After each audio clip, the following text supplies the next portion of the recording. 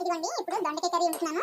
First కొంచెం oil వేసుకొని తర్వాత కొంచెం పోపు గింజలు అలాగే ఒక 4 వెల్లుల్లిపాయ రెక్కలు అలాగే 2 ఉల్లిపాయలు వేసుకొని కొంచెం దోరగా వేయించుకోవాలి ఫ్రెండ్స్. వేయించుకొని బాగా కొంచెం బ్రౌన్ కలర్లో వచ్చేటట్లుగా వేయించుకోవాలి.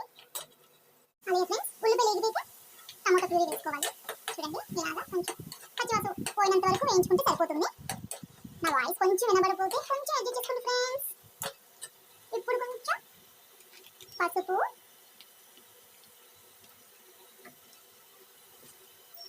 అలాగే కొంచెం గరం మసాలా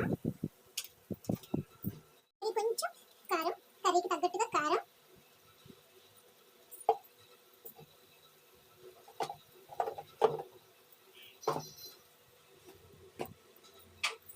అలాగే కొంచెం సాల్ట్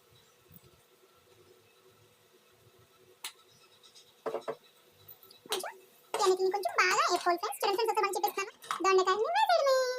చూసారా ఎంత ఈజీగా ఉంటుందో కర్రీ, కానీ టేస్ట్ చాలా బాగుంటుంది. పిల్లలు చాలా మంది తినరు, పెద్దవాళ్ళు కూడా ఇష్టం ఉండదు అనుకుంటారు దొండకాయ అంటే కదా. కానీ ఇలా ట్రై చేసి చూడండి. ఇందులో ఇంకా వాటర్ పోయక్కర్లేదు. మనం జస్ట్ 2 విజిల్స్ వేయించుకుంటే సరిపోతుంది. బాగా కలిపేసి కుక్కర్ పైన మూత పెట్టేసి 3 విజిల్స్ వేయించుకున్నా 2 అయినా పర్లేదు. వాటర్ అయితే వేయండి ఫ్రెండ్స్. చూడండి ఇలాగనే వేయించుకొని కుక్కర్ పైన మూత పెట్టేసి 3 విజిల్స్ వచ్చాక వేయించుకొని ఆపితే సూపర్గా ఉంటుంది ఫ్రెండ్స్. దొండకాయ కర్రీ తినలేని వాళ్ళు కూడా తింటారు, సూపర్ అని అంటారు. ఓకే ఫ్రెండ్స్, కుక్కర్ పైన మూత తీసి